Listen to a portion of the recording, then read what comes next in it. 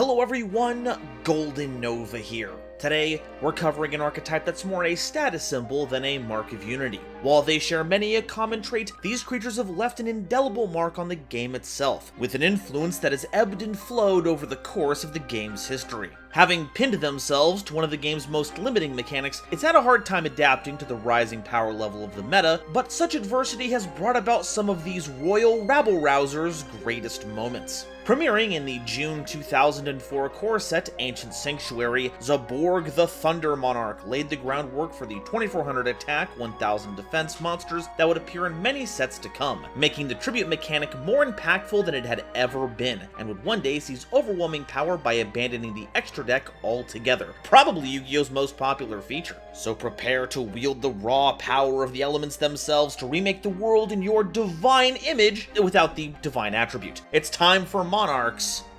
Explained. Today's episode is brought to you by my lovely patrons, as well as the wonderful people over at Dragon Shield. Get the sleeves as strong as dragon scales and save 5% on your order by using coupon code GoldenNova at checkout. But before we can talk about the Monarchs, we've got to cover another little subset of creatures. After all, what is a liege without their vassals? These are a group of 800 attack and 1000 defense monsters, and each one is made to give you quick material for a tribute summon, as well as some other little benefit, though it generally locks you out of your extra deck usage for the turn, as these came out during that era of the Monarch releases. First up is Lucius the Shadow Vassal, a level 1 Dark Fiend monster, and you can banish a level 5 or higher monster from your graveyard to special summon this card from your hand. Also, you can't special summon from the extra deck for the rest of the turn, and if tributed for a tribute summon, you can look at all set cards your opponent controls, and your opponent can't activate cards or effects in response to this effect's activation. Now, looking at all of these set cards is pretty nifty, but the thing I'm most excited for is the fact that your opponent can't respond to it. That means you can chain block with this, and your opponent will be helpless to watch you resolve your chain without any chance to interfere. And with all the big tribute monsters you have, you should have a few monsters big enough to fuel this summon in your graveyard. But my favorite part is how dapper this little dude is. It's even got a little cravat and everything. Mithra the Thunder Vassal is a level 2 light thunder monster, and while in the hand, you can activate this effect. You can't special summon from the extra deck for the rest of the turn, but you also special summon this card from your hand. And if you do, special summon a Vassal token to your opponent's side of the field in defense position, which is a level 1 light thunder monster with 800 attack and 1000 defense. And if this card is tributed for a tribute summon, you gain an additional tribute summon during your main phase in addition to your normal summoner set, which you can only gain once per turn. This is probably one of the best vassals because of how unconditional it is. Giving our opponent a free token does kind of bite, but it's pretty easy to run over it, and bonus, it gives Zaborg a target for its mandatory destruction effect, so it doesn't end up hitting itself on an otherwise empty board. And the additional tribute summon is huge in regards to our eventual Mega Monarchs. And to top it all off, we have another monster that is slaying it with those high heels.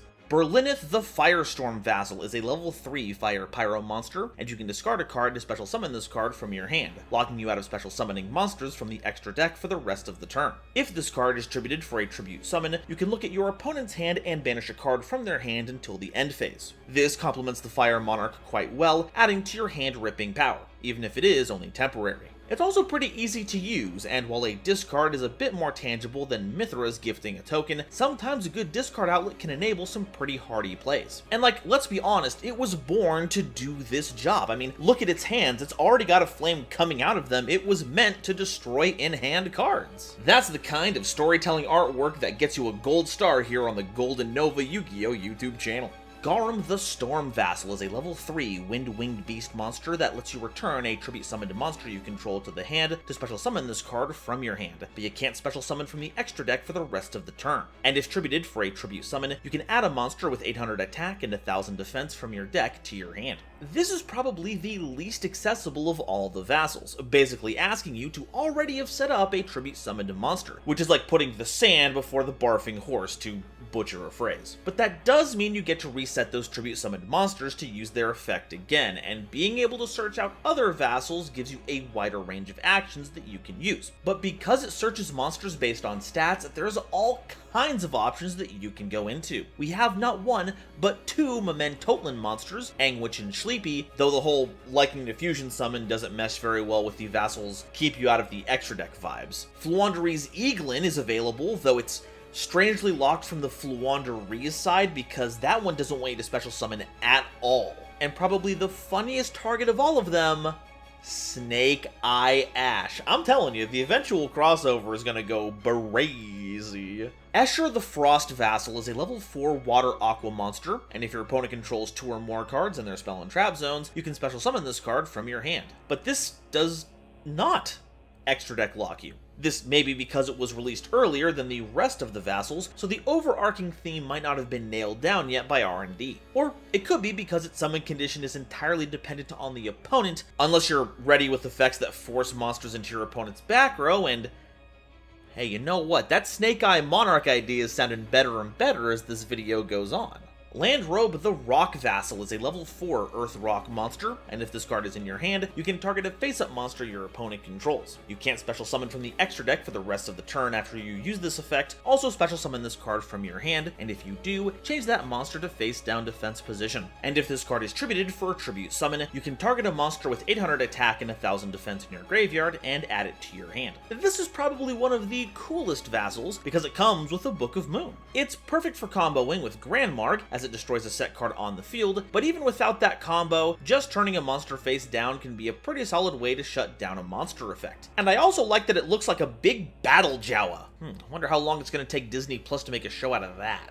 Now, that does it for the Vassals, but there's another pair of 800 attack, 1000 defense monsters that we need to talk about, and are probably the most important out of all of them, the Squires. Idea the Heavenly Squire is a level 1 light warrior monster, and if normal or special summoned, you can special summon a monster with 800 attack and 1000 defense from your deck in defense position, except a copy of this card. Also, you can't special summon monsters from the extra deck for the rest of the turn. And if this card is sent to the grave, you can target one of your banished Monarch spell or trap cards and add it to your hand. Both of these effects are vital to the continued success of our theme, as our spell and trap cards, frickin' rule, dude! To say nothing of the effect that pulls out another Vassal from our deck, giving us access to a number of bonus effects, but does work best with its partner in crime, Eidos the Underworld Squire, a level 2 dark spellcaster that, if normal or special summoned, has you gaining an additional tribute summon of a monster during your main phase, which does clash with Mithra's, so there's a few points off of that card. You can also banish this card from the graveyard, then target a monster with 800 attack and 1000 defense in your graveyard, except a copy of this card, and special summon that target in defense position.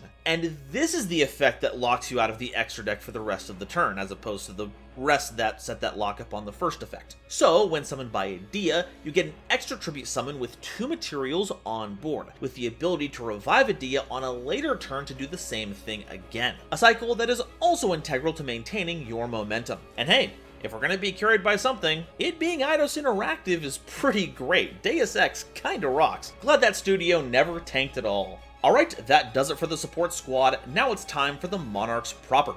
Okay, there are some caveats here. Obviously, anything with Monarch in the name gets in, but there are a swath of monsters with 2400 attack and 1000 defense that get incorporated into much of the theme's support. You may have picked up on the "ooh, Monarch stats" bit across the videos from time to time. So we will be including some of those monsters, but it's very vibes based, with weight given to anything that affects normal or tribute summons. Everything else, we're waiting for the tech pick section. First, let's talk about our core Monarchs, and they're all pretty similar, so talking about them won't take too long. Like we said before, all of them have 2400 attack and 1000 defense, and are level 6, except for Zaborg, which is level 5 for some reason, and all have an effect that triggers on tribute summon. Caius, the Shadow Monarch, is a Dark Fiend monster that targets a card on the field and banishes it, and if you do, burns your opponent for 1000 of damage if the banished card was a Dark monster.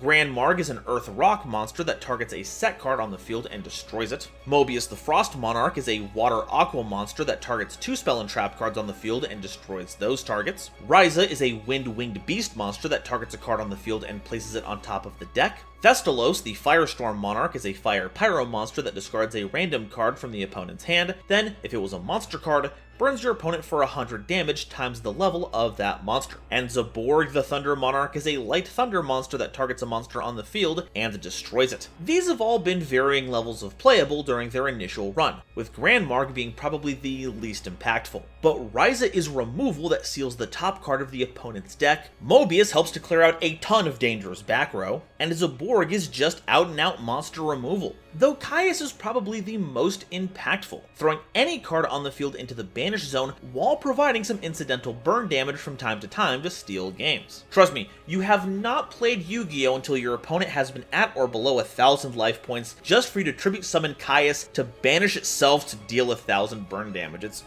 beautiful. You also may have heard of their inclusion in a deck called Perfect Circle, a very, very early deck that sought to generate cheap tribute fodder while triggering powerful draw effects like Destiny Hero Disc Commander, which, when special summoned, would draw you some cards, and then acted as tribute fodder. Fodder which you would then convert into powerful monarchs, including the strongest of them all, Light and Darkness Dragon. Now, these stronger monarchs are still pretty powerful today. They just can't really keep up with the huge impact or speed that our more contemporary cards have. But just like how Light and Darkness Dragon got some recent retrained support, I'm sure the rest of the new monarch support will show up soon to shift this into the modern game so we can watch it all come full circle.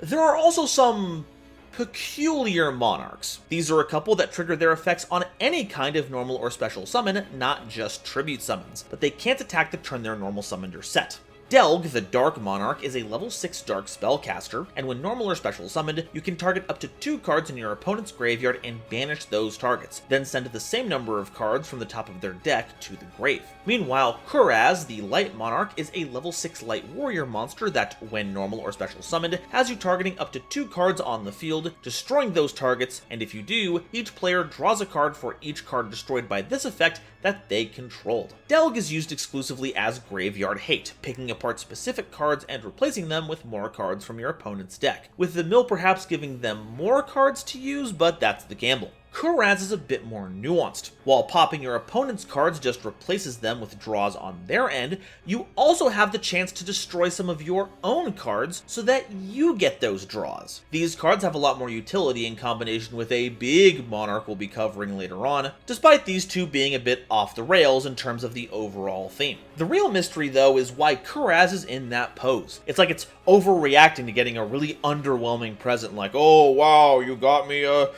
Nintendo DS. I can't wait to play Mario Kart DS 10 plus years after its release. I don't know where I'm going with this one. There's some joke stretches that I do, but this one is unforgivable. Okay, now it's time for the off-brand Monarch monsters. Tenma Tatai is a level 5 Dark Warrior monster, and while on the field, your opponent can't activate cards or effects in response to the activation of any monster effect activated by a monster that was normal summoned or set. The good news is that this monster does not need to be tribute summoned for its effect to work. That way it can be snuck onto the field to help supplement your other effects. Adi is one of our strongest starters, but gets bodied by cards like Effect Veiler. Tenma here keeps that from happening. The Eidos trigger, not so much, but maybe your opponent will just forget that they can interact with things. And if you have any other decks that are very normal summon reliant, you may want to consider running this big guy on the even bigger horse. And keep in mind, it doesn't keep your opponent from responding to effects that trigger on normal summon, it stops your opponent from responding to the effects of monsters that were normal summoned or set. So it doesn't just work for things with trigger effects on normal summon, but also things that they activate as an ignition effect later on. And now that you've had your tech fact, here's a fun one. This monster is technically a monarch, though not in the TCG translation. Localization sure is fun, huh? Clacklel, his Malevolent Majesty, is a level 5 Dark Fiend monster, and if this card is tribute summoned, you can destroy any number of face-up monsters your opponent controls whose combined attack is less than or equal to the original attack of the monster attributed to tribute summon this card. Now, given the artwork, this is largely a Layer of Darkness flavored monster, but while they focus on spending our opponent's monsters on tribute costs, they're no strangers to tributing in general, and given the stat line, we're gonna fold them into this right here. And it's a pretty big payoff for the mechanic. If you tribute summon a huge monster and its utility has run its course, swap it out for Tlaclel to fling that attack power right at your opponent. Now, granted, you're probably only going to get to hit one really big monster, or maybe 2 mid-sized ones. You're only really going to board wipe if your opponent is running a bunch of itty-bitty tokens, but removal is removal, especially if you can pull off a tribute summon during your opponent's turn with some kind of quick effect, and that's where things get super evil. We can also tell that he's very full of himself, even more so than most royalty. Couldn't settle for just being called a monarch, no, it had to be his Malevolent Majesty. What a dude. Angmarl the Fiendish Monarch is a level 6 Dark Fiend monster, and when tribute summoned, you can banish a spell card from your graveyard to add a card with the same name as the banished spell from your deck to your hand. This one's kinda strange, I'm not gonna lie, at least for Monarchs. The spells that we run multiples of actually have an effect when banished, so you don't want to banish those with Angmarl so you can use their effects. And the other spells are run as singletons to avoid bricking, so we can't actually search additional copies of those. That leaves a number of utility spells, which, hey, that's kind of a cool option, especially if we had to discard a spell that we wanted to use earlier in the combo, because then Angmarl can just grab us a fresh copy. But it's nowhere near as plug and play as the rest of our Monarchs, so I wouldn't be surprised if this is the first time you've actually heard of this card, even though it's the only one in this section that actually has Monarch in the name. Also, hey, Fiend-ish Monarch? What do you mean Fiend-ish? Like, either you're trying to take Caius' spot, or you're not committing to the bit hard enough. Pick a lane, my guy! Okay, so that's all of the Monarchs. Now it's time to level up, because we've got to talk about the Mega Monarchs. These are all upgraded forms of the core Monarchs with the same type and attribute, sporting 2800 attack instead of 24, though still on that 1000 defense grind. They're also all level 8 and can be tribute summoned with only one tribute if the tributed monster was itself tribute summoned. Like their core forms, they have an effect that triggers when tribute summoned, while gaining an additional effect if you tributed a monster that matches their attribute. Caius the Mega Monarch targets a card on the field and banishes it, and if you do, burn your opponent for 1000 damage. Then, if it was a dark monster card, you banish all copies of that card from the hand, main deck, extra deck, or graveyard of the controller of the banished card. And if tribute summoned using a dark monster, you can target 2 cards instead. Grand Marg the Mega Monarch targets up to 2 set cards on the field and destroys those targets, and if you tributed an Earth monster, you get to draw a card after that. Mobius the Mega Monarch targets up to 3 spell or trap cards on the field and destroys them, and if you tributed a water monster for it, your opponent can't activate the targeted cards in response to this effect's activation. Rise of the Mega Monarch targets a card on the field and in either graveyard, plus an additional target if you tributed a wind monster, then take the first 2 targeted cards and put them back on top of their respective decks in any order, and to take the additional bonus target and put it back into the hand. Thestalos the Mega Monarch looks at the opponent's hand and discards a card from it, and if it was a monster card, burn your opponent for damage equal to the discarded monster's original level times 200. And if you tributed a fire monster, you deal an additional 1000 damage after that. And lastly, Zaborg the Mega Monarch targets a monster on the field and destroys it. Then if it was a light monster, both players send as many cards from their extra deck to the graveyard as possible, but not more than the level or rank of the destroyed monster. And if you tributed a light monster, you get to pick the cards sent from your opponent's extra deck to the graveyard. All of these are phenomenal, though they don't often have the right infrastructure to make use of them. Ryza, for instance, has found quite a comfortable home in Floowandereeze, and even Zaborg can crop up in a number of gimmicky decks that involve crushing extra decks, but the rest just aren't impactful enough or easily deployable enough to make an impression. Which is a shame, cause Mega Thestalos feels fantastic for its ability to give you perfect hand knowledge, regardless of the tribute used, and Mega Caius has the chance to shred particular decks. These are bound to crop up time and again as circumstances allow, but have raised the bar regardless, even if the title of Mega doesn't have a lot of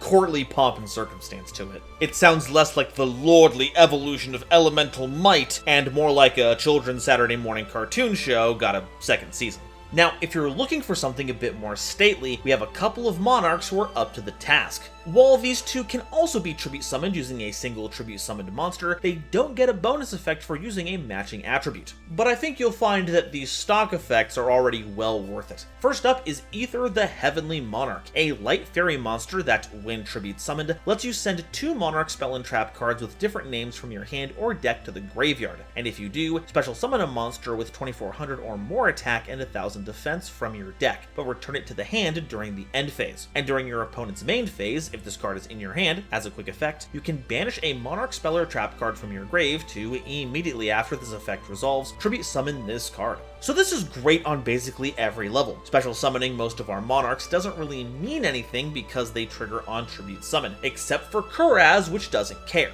This can either stick around as more tribute fodder if you do this during your turn, or you can have it pop itself and another card to draw too. And sending the spells and traps to the graveyard is amazing because we have some really good grave effects among them. And being able to drop this during the opponent's turn can really shake up your opponent's board. You've just gotta raise the raise your visor a bit, just a little bit. You can't really see or do anything with it like that. Whatever.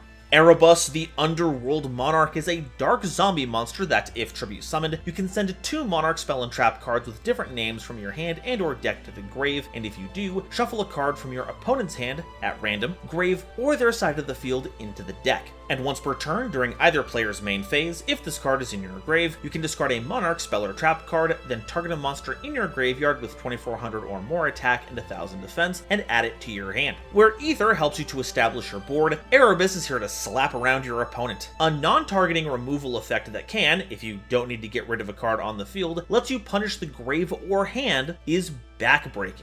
And then if it dies, it just gets you more advantage turn after turn, swapping your spells and traps for more monsters, including itself if you want to bring it back out. Unfortunately, any intimidation I might have felt about this imposing devil of the underworld has gone right out the window with the introduction of this meme. Go on, take a good look at it. Yup.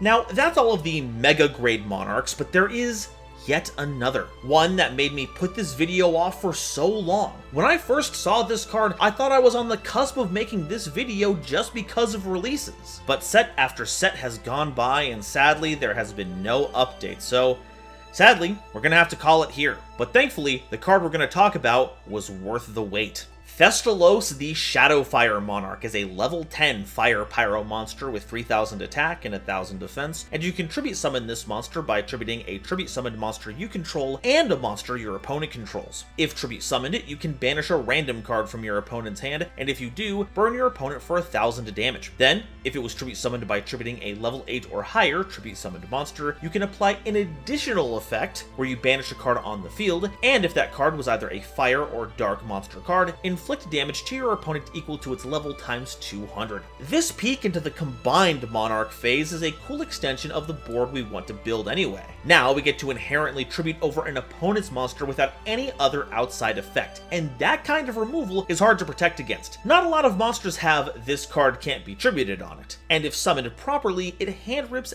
and non-targeting removes a card on the field. Does a bunch of damage, and if you get the cards that let you tribute summon during your opponent's turn, then boy howdy does this card go bonkers. And despite the release schedule being a bit stifled, I'm sure this is the first among many of a new line of Dual Monarchs, and I can't wait to see them. What combos are you looking forward to? I'm not sure how the core Monarchs are going to be paired up, but my rare pair has got to be Delg and Kuraz. These two were made for each other. Alright, that does it for all the monsters. Now it's time for the spells and traps. Frost Blast of the Monarchs is a normal spell card that you can activate if you control a monster with 2400 or more attack and 1000 defense. It targets a set card on the field and it destroys it. You can also banish this card and a Monarch spell or trap card from your grave, then target a set card on the field and destroy it. This gives you some nifty removal against face-down cards, and if you think about it, 2 set cards could be 2 back row cards, making it very much like Mobius's effect. Though, I mean, it does say set cards, so why isn't Grand Marg headlining this one? Why isn't it Quake of the Monarchs or something like that? We are not off to a good start with the theming on these, are we? Pantheism of the Monarchs is a normal spell card that has you sending a Monarch spell or trap card from your hand to the graveyard to draw 2 cards. And you can banish this card from your grave to reveal 3 Monarch spell and trap cards from your deck. Your opponent chooses one of them to add to your hand, and you shuffle the rest back into the deck. While we have other cards that are key parts of our engine, Pantheism is the grease that helps keep it chugging along. As our archetypal draw 2 spell, it fulfills a number of different purposes. Putting cards where they need to be, digging deeper for more cards to fortify our position, and unique to us, extension. After activating Pantheism, you can banish it to select 3 Monarch spell or trap cards from your deck that there are still 3 copies of, because it doesn't say you have to pick 3 of different names. That way, when the options are presented to your opponent, they only have the illusion of choice. Or should I say the illusory snatcher of choice. And if you already have the card you need and are just looking for an extra little option, you can just select some incidental cards and let your opponent be a part of their own demise. And now that Pantheism is banished, you can now safely send Adia to the graveyard to add Pantheism back to your hand. And while the graveyard effect is once per turn, you better get used to the fact that the draw effect is not, letting players chain through multiple Pantheism activations to dig deep into their deck. With a draw spell this good, I think maybe the Monarch players were all laying it on a bit thick when they said their deck was bricky, because this sounds like they had too much card filtering. Tenacity of the Monarchs is a normal spell card that requires you to reveal a monster in your hand with either 2400 or 2800 attack and 1000 defense to add a Monarch spell or trap card from your deck to your hand, except another copy of this card. This card is particularly fun to play in the context of Pantheism because now you don't even have to have a full 3 copies of whatever Monarch spell or trap card you want to search with that grave effect, because you can fill any empty slots with copies of Tenacity. Then, if your opponent chooses to give you that, you just activate it to get the card you really wanted. And even outside of that context, having a spell card that can substitute your entire spell and trap lineup is really keen, especially because it puts a Monarch spell into your graveyard to fuel other effects. Caius really understood the assignment on this one. It is not giving up until it finds you a playable hand. Strike of the Monarchs is a quick play spell card that has you tributing a level 5 or higher normal summoned or set monster, then targets a face-up card on the field. Negate its effects until the end phase, then draw a card. And during your main phase, if this card is in your grave, you can banish this card, then declare an attribute, and all face-up monsters currently on the field become that attribute until the end of this turn. So the first effect gives some misguided negation for the theme. Sure, it hits any card on the field, including normal spell and trap cards, and it's better than having no negation at all, but having to give up one of your big bodies can still be a pain. The grave effect is still pretty good though, adjusting your attributes to make them better suited for tribute summoning your various Mega Monarchs, ensuring you get their bonus effects no matter what your field looks like. Or heck, you can be a heathen and run this in a non-Monarch deck to line up your attributes for particular extra deck summons. Thankfully though, you don't have to worry about the Monarchs finding out you're misusing their powers for extra deck summons. I'll help you by striking it from the record. The Monarch Storm Forth is a quick play spell card that, once during this turn, if you would tribute summon a monster for a tribute summon, you can tribute a monster your opponent controls even though you do not control it. And during the turn you activate this card, you can't special summon monsters from the extra deck. Out of all the spell and trap cards we have access to, this is probably the most powerful and iconic. Being able to say, that monster is now fodder for the ascension of my royal force of nature, and wiping it off the map with neither targeting nor destruction, while enabling your own strategy, is such a wild swing in tempo and advantage that it's almost enough to swing a game in your favor all on its own. The quick play status of this card may seem strange, considering tribute summoning is kind of a player action you can normally only do on your turn. We've already seen at least one way to tribute summon during our opponent's turn, Aether, the Heavenly Monarch. So not only is this good removal, it's good disruption as well. And that's not the only difference it has with its closest cousin, Soul Exchange. This card trades out having to skip the next battle phase by locking out extra deck access the turn you activate this, counting both before and after you use this. But a lot of our cards were doing that anyway, so it's hardly a big deal. This card would also see play in a number of other decks that needed to get some tribute monsters off the ground, namely the Ultra Athletes, where this could get some pesky Mighty Sluggers out of your hand pretty easily. And I'm sure there are a gaggle of other cards and themes that love having this on standby. You can change Rise's name to Virgil now, because he is definitely the storm that is approaching.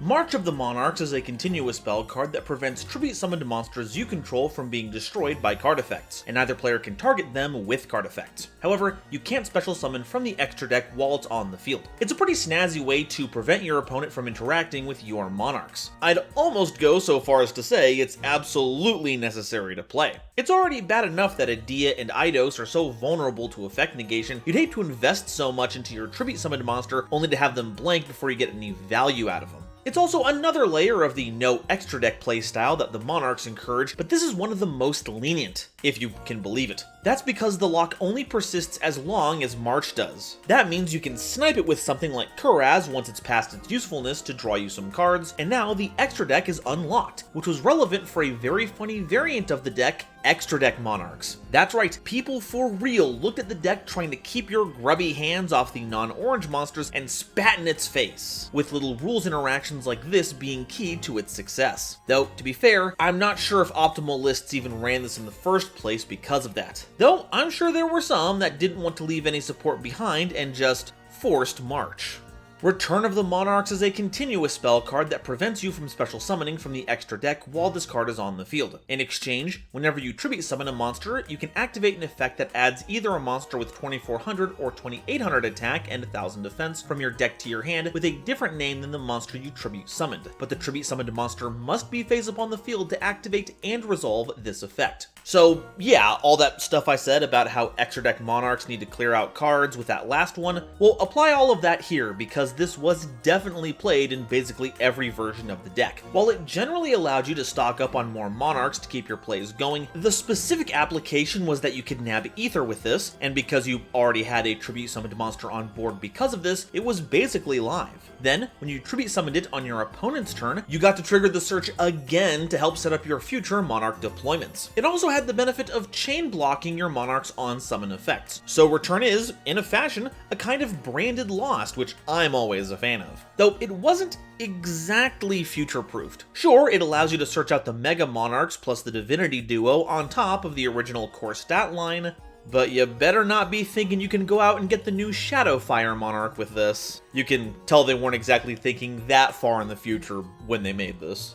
Restoration of the Monarchs is an equipped spell card that's activated by targeting a monster in your grave with 2400 or 2800 attack and 1000 defense, and special summon it in defense position, but its effects are negated and is equipped with this card. And when this card leaves the field, destroy that monster. And the equipped monster is also treated as 2 tributes for a tribute summon. So making a monster reborn for the theme wouldn't make much sense outside of Kuraz and Delg, because if everything triggered on special summon, then there wouldn't be much point to the theme. So they gave us an equip spell that makes tributing for big bodies even easier. Not that they really use this card, because if you don't have the big bodies in hand to tribute over your new guy, then it's basically a big dork with only 1000 defense. I suppose they were worried that people might just summon out Kuraz with this and pop itself and the equip spell for a non-dedicated draw too if they let us keep the effect, but if it had done that and was able to grab another stat line like 800 attack and 1000 defense, we'd be able to bring Adia and Eidos into rotation, giving us a kind of recovery that the rigid Monarch structure sorely lacks. At the moment, this is less of a restoration of the Monarchs and more of a testament to all of your design sins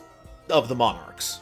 Domain of the True Monarchs is a field spell that, while you have no cards in your extra deck and you are the only player that controls a tribute summoned monster, your opponent cannot special summon monsters from the extra deck. If a tribute summoned monster you control attacks an opponent's monster, it gains 800 attack during damage calculation only, and once per turn, you can reduce the level of one monster with 2800 attack and 1000 defense in your hand by 2 until the end of this turn, even after it's summoned or set, and even if this card leaves the field. Now, that is a boatload of text, and basically all of it is relevant. In order of importance, the attack boost is more helpful to our core Monarchs. 2400 attack isn't exactly clearing any big hurdles, but making them 3200 bodies when attacking? Very nice. The level reduction is also great. This makes you a little less reliant on Adia because now you can summon your Mega Monarchs with only a single tribute no matter what, giving value to any Eidoses you hard draw. And of course, the big one, the Domain Lock. In an attempt to level the playing field, these Sorceress Sovereigns can keep your opponent from accessing their own extra deck, much like how many of their cards do the same for them. And at the time, this was outright devastating. Just about every deck worth playing involved using the extra deck in some way. Heck, like we said earlier, even Monarchs themselves couldn't always resist the Siren's Call of Yu-Gi-Oh's Power 15. So if you could land this, most games were just over. But we live in a different world now. Several decks from the Vrains era onward had main decks robust enough to handle a card like this. Heck, even at the end of Arc V, true Dracos would look at this, have a hearty chuckle, then smack you over the head with their overwhelming advantage engines, oppressive floodgates, and unmatched brutality. Which means this isn't actually as much of an issue now. Snake Eyes and Yubel can basically eat this thing for lunch and still have room left over for dessert. But don't get me wrong, playing against this is never going to be a fun experience. But it's no longer the format Spectre that it once was, casting a shadow not unlike the one produced by Mystic Mine for its time. But there is a fun way to play Domain. See, what you do is you get 4 people put together with decks of 60 singleton cards. Every player has a deck master, which their decks are built around, and you know what, just go watch the tutorial video, we don't have time for that here. Dark Advance is a normal trap card that can be activated during either player's main or battle phase. It targets a monster in your grave with 2400 attack or more and 1000 defense and adds it to your hand. Then, immediately after this effect resolves, you can tribute summon a monster with 2400 or more attack and 1000 defense from your hand in phase of attack position. Unlike the rest of our spell and trap support, we aren't Monarch name stamped here, so we can't actually search this. But with Escher on the art and the iconic stat line being mentioned, it's hard to leave it out. This is a pretty useful tool when you run out of extenders during your turn, whether you just don't have the effects for it or they got negated. This will even supply you with a big body for the tribute summoning, so as long as you have fodder, this is good to go, essentially turning any of your on-tribute summoned effects into quick effects to spring on your opponent. Dash their freshly set back row with Mobius, bounce a card with Ryza, or even shuffle some back with Erebus. All of this and more is possible as long as you plan enough in Dark Advance. The Monarchs Awaken is a normal trap card that you can only play if you have no cards in your extra deck. It targets a face-up tribute summoned monster that you control, and its effects are negated. Also, it's unaffected by the effects of cards other than this card. And that is a permanent change, so you can turn any Monarch into a Towers. And because just about all of them are vanillas anywhere past being summoned because they only have on-summon trigger effects, the negation doesn't really do anything detrimental to them. Honestly, the negation is just there to disincentivize other tribute-focused decks from using this, which I'm sure exist. Except for True Dracos, of course, which actually already come with their own towers. It even comes with its own quick effect removal. And it also just actually got off the OCG Forbidden list at time of writing, so I've got to be very careful with my wording, because otherwise things are going to get pretty dicey. Thankfully, I know none of you would dox me to Masterpiece, right? Escalation of the Monarchs is a continuous trap card that, once per turn, during your opponent's main or battle phase, lets you, immediately after this effect resolves, tribute summon a monster. Okay, so all those times I was talking about how an effect would be really good if you could just drop it at quick speed, well, here it is. Now, it's not just Ether that can spring into action at a moment's notice. Now you can tear up fields with Mega Ryza, surgically strike a card with Caius, and uproot back row right as they're being set with any of the Mobiuses. This also has the benefit of triggering cards like Return for a Search, and combos absurdly well with Stormforth to use your opponent's cards as tribute fodder during their own turn. This requires a proper setup to use effectively, but it's a card that should not be underestimated no matter the circumstance. It really raised the bar when it came to the Monarchs playbook, though not quite so much when it comes to their customer service skills. For that, we'd need to release De-Escalation of the Monarchs. The first Monarch is a continuous trap card that special summons itself as an effect monster, being a level 6 Dark Fiend with 1000 attack and 2400 defense. Ooh, plot twist. Like with most trap card monsters, this card is also treated as a trap card, and if summoned via its own effect, you can discard a card, then declare an attribute. This card becomes that attribute and can be treated as 2 tributes for the tribute summon of a monster with that same attribute. But if summoned this way, you can't special summon monsters at all, except ones that match this card's attribute. This makes it a tad rough to use a Dia. I like it better when cards just limited extra deck summoning instead of summons in general. The idea for this card was to be Mega Monarch support, not only giving you all the fodder you needed to summon them out, but also provide the correct attribute to make the most of them. But being a trap card monster makes this slow and ineffectual, and the discard is more of a hindrance than an enabler. I'm sure there are some limited format situations where this card fits right in, but as part of a constructed game, first is easily the worst, Monarch.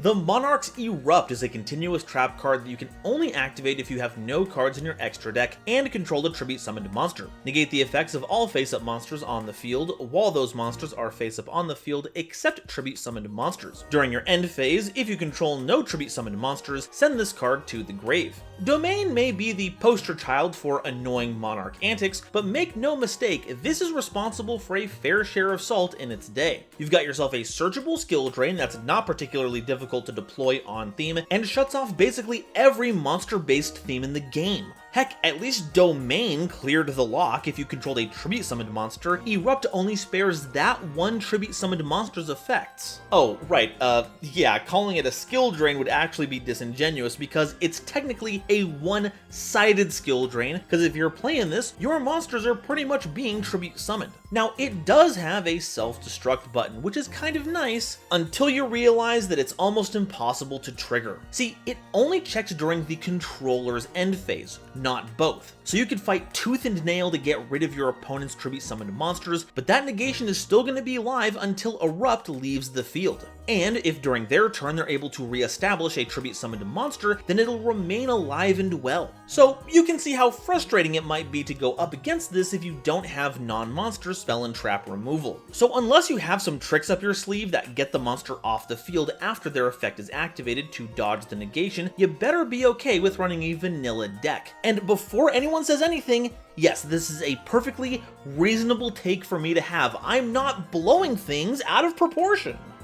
The Prime Monarch is a continuous trap card that, once per turn, lets you target 2 Monarch spell and trap cards in your grave and shuffle them into the deck, then draws you a card. If this card is in your grave, you can banish one other Monarch spell or trap card from your grave to special summon this card in defense position as a normal monster, which is a level 5, oh great, light fairy monster with 1000 attack and 2400 defense.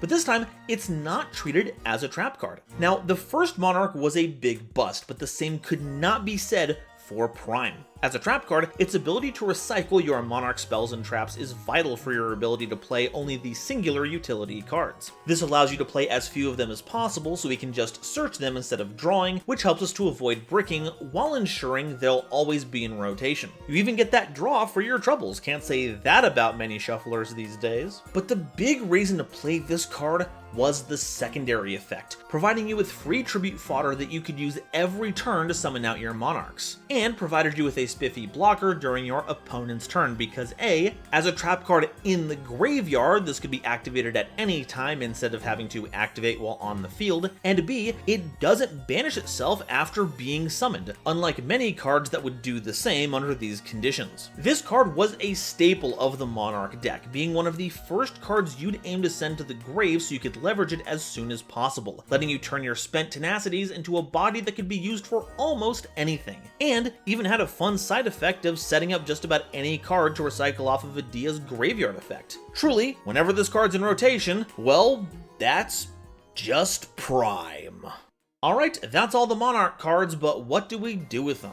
Well, aggro is the name of the game here, complemented with all of the great control elements we have on hand. We'll need a way to deploy little critters quickly and easily while ensuring we have big beaters in hand to utilize them, so search effects are going to be keen, as our monsters already have the power taken care of. So what can we play to help them out? First up, we should make sure to include all the other monsters with 2400 or 2800 attack and 1000 defense that fit into our strategy because of their stat line, and see which ones are worth actually teching in. The first one that comes to mind is Majesty's Fiend. It does shut off your own monster effects, but if we bring it out after we've done all of our other tribute summoning, then it doesn't matter much. And if we want to shut it off, we have a built-in switch for that. It's called Tributing Over It. As a tribute summoned monster itself, it'll be great fodder for our Mega Monarchs, no matter the flavor. Initially, I thought I'd be including Vanity's Fiend, but it has 2400 attack and 1200 defense, though it may still be worth teching in. It's basically a stronger domain that's vulnerable to monster removal, but if you have March active, Vanity's Fiend benefits from all of its protection.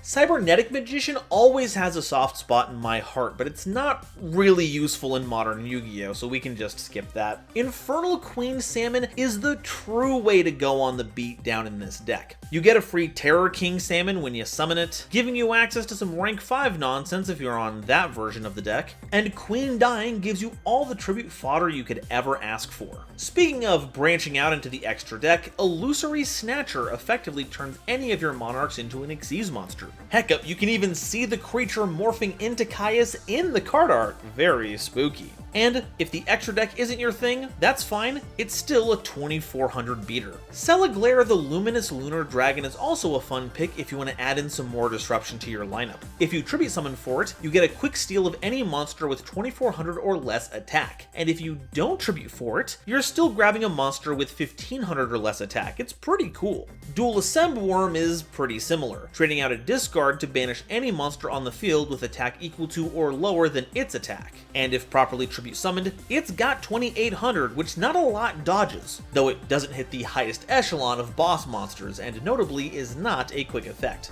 I think the funniest applications are when this stat line shows up in other established themes. The Armed Dragon level 7 variants all have Mega Monarch stats, but only Dark Armed Dragon has the ability to work with our Monarchs in any meaningful way due to all the Dark monsters we end up playing. A number of Cliffort monsters also share the Monarch and Mega Monarch stat line, but as a Pendulum deck, it doesn't really mesh well with the can't special summon from the extra deck restrictions. The fact that Ignis Heat of the True Draco Slayer lineup has Monarch stats is pretty funny and is one of the best crossovers you can get your hands on, but my personal favorite has to be Evagishki Gust Kraken. That's right, Rituals may be a special monster type, but they are not an extra deck one, meaning that unless you're playing a Monarch card that flat out says you cannot special summon at all, Rituals work very, very well with us. Not only is the hand looping menace fully legal, being level 6 means that any Monarch, save Zaborg, fulfills the tribute cost perfectly.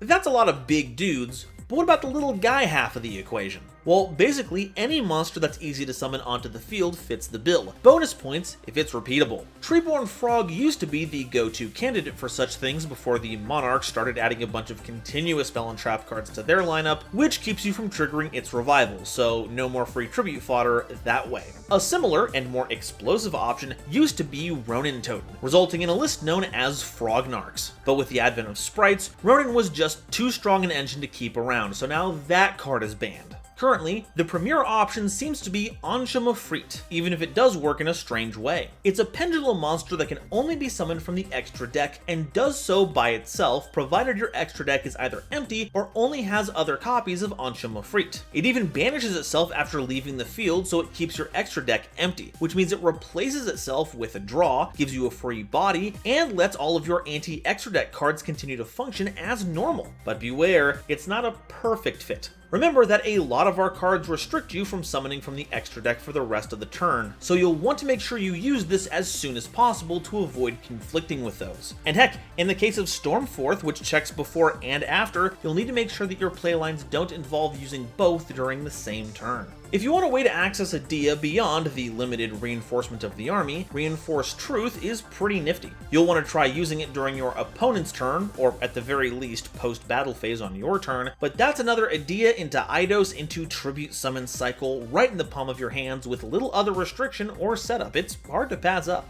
Now, any monster that can summon itself for free is a candidate for tribute fodder, but ideally we want some that synergize with our game plan so they work beyond just being a little guy. Link Slayer is a pretty good candidate. You can summon it for free if you have an empty monster board, and it turns your cards in hand into back row removal to help ensure your tribute summons go through. A classic enabler used to be Emergency Teleport into Super Quantum Blue Layer. This got a monster onto the board without using your normal summon, but more importantly, it searched out Super Quantum Red Layer. This was an important include because the card itself could be made free fodder by its own special summon effect while you had no monsters, but if you had no other Monarchs and needed a way to trigger return, you could tribute the blue layer for the red layer that you just searched, helping to smooth out a lot of wrinkles in the strategy. We've also got a few spell cards that either incentivize you with prizes for tribute summoning or help contribute to the process. Advanced Zone, for instance, gives you benefits based on the number of monsters you tribute summoned, giving you removals, draws, and even recursion. Trial and Tribulation is similar, but I like it a bit less. It's only a normal spell card, and you're only resolving one of the listed effects instead of getting multiple of them. Tribute Burial can get you one of your Mega Monarchs in a pinch by banishing one monster from both yours and your opponent's graveyards. It is treated as a tribute summon, but sadly locks out special summons for the rest of the turn, so if you wanted to do anything with a Dia, make sure you do it sooner rather than later. But my favorite has got to be the recently released Soul Exchange, or rather, Spell Card Soul Exchange. It basically does the same thing as Soul Exchange and Stormforth, but you get to use any number of monsters, not just one, with the drawback that when this card goes from the field to the graveyard, your opponent gets to do the same effect right back at you. You know, with all those level 5 and higher monsters they're gonna have in their hand, because that's optimal deck building. Heck, as an added layer of protection, the monster that you tribute summon can't itself be tributed. So if that's the only monster on your board, then no matter what, your opponent's out of luck. As for a silly tech pick, I know it has the Monarchs on them, but every time this card comes up, I can't help but chuckle. By Order of the Emperor. I imagine the primary usage of this was to give you an option between utilizing the Monarch's own effect, or if it wasn't really useful, replace the tribute with a draw. But this works on any effect triggered by a normal summon, meaning you can deny your opponent the effect of their Monarchs simply by gifting them a draw in return. This even works when they try to normal summon a monster like Stratos or Alistair to get a free +1. And I mean, if they're getting a +1 anyway, you might as well turn it into a random one instead of exactly what they're looking for. But possibly the most hilarious interaction is with a monster called Aurora Paragon. It's like a mini Vanity's Fiend, but blows up when anyone performs a normal summon. And by Order of the Emperor doesn't negate the effects of a monster when it's normal summoned, it can negate the effects of monsters that trigger when a monster is normal summoned, even mandatory trigger ones. And while it may not look like an activated effect here, this was pre-problem solving card text, and it's only ever had the one printing. So if you can find a few copies of these, go ahead and pick them up, if only to see your opponent's reaction every time you get to draw when a normal summon happens. It's kind of like a reverse Max C, which I'm glad is never going to be in the TCG. And that's all I have to say about Monarchs. These cards are probably some of the most important in the game's history. It showed that the tribute mechanic could do more than just provide big beatsticks that died to removal. It evolved into a signature style all its own, with other themes like True Dracos adopting the idea of punishing the opponent, hard countering many of the game's mechanics that many players would take for granted, and filtered out those who refused to be flexible when underneath the imperious gaze of these elemental titans. And with a new age just over the horizon for the Dual Monarchs, it's safe to say that their reign may be making a comeback soon. But thank God we'll never see Emperor of Lightning in Constructed. That would be pretty messed up, right? But now, I want to hear what you all have to say. Are Monarchs the epitome of regal dueling, or are they just a bunch of annoying fops waiting to be taken down a peg? And which one's your favorite? I'm gonna be reporting on myself here, but Caius? It's got the best design. I don't care how mid-2000s edgy it is, this card rules. Let me know your favorite down below, and if you haven't already yet, please be sure to like the video if you liked it, subscribe so you don't miss an episode, and share this video with somebody you know who loves Yu-Gi-Oh! It really does a lot to help me out. Today's episode is brought to you by Dragon Shield. Get the sleeves as strong as dragon scales and get 5% off your order by using the coupon code GoldenNova at checkout. It was also brought to you by my lovely patrons, including this month's illustrious Quasar Commanders, Upstairs Media and Natiel Lee Alexander, Nebula Navigator's 3rd Dynasty, 50 Gigabytes, Ada Basilisk, Adam Zajdel, Owexotoa Hime, Anansi Dragon, Ancient Wizard, Andrew Newman,